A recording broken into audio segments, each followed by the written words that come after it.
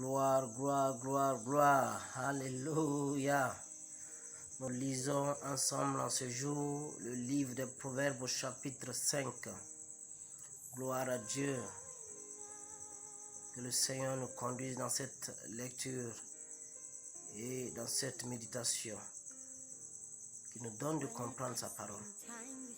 Nous lisons à partir du verset 1, la parole de Dieu dit: Mon fils, sois attentif à ma sagesse, prête l'oreille à mon intelligence, afin que tu conserves la réflexion et que tes lèvres gardent la connaissance. Car les lèvres de l'étrangère distillent le miel et son palais est plus doux que l'huile. Mais à la fin, elle est amère comme l'absinthe, aiguë comme un glaive à deux tranchants. Ses pieds descendent vers la mort, ses pas atteignent le séjour des morts. Enfin, de ne pas considérer le chemin de la vie, elle est errante dans ses voies, elle ne sait où elle va. Et maintenant, mes fils, écoutez-moi, et ne vous écartez pas des paroles de ma bouche, éloigne-toi du chemin qui conduit chez elle. Et ne t'approche pas de la porte de sa maison, de peur que tu ne livres ta vigueur à d'autres et tes années à un homme cruel, de peur que des étrangers ne se rassasissent de ton bien et du produit de ton travail dans la maison d'autrui, de peur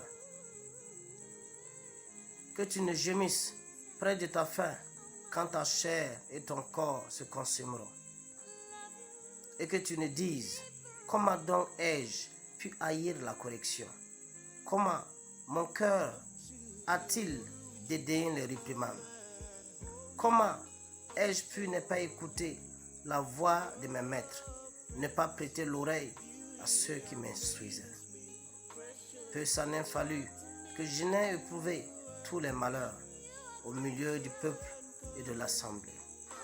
Gloire à Dieu.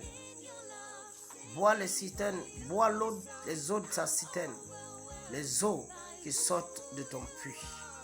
Tes sources doivent-elles se répandre au dehors?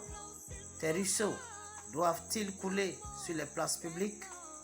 Qu'ils soient pour toi seul et non pour des étrangers avec toi. Que ta source soit bénie et fais de ta joie. Fais ta joie de la femme de ta jeunesse.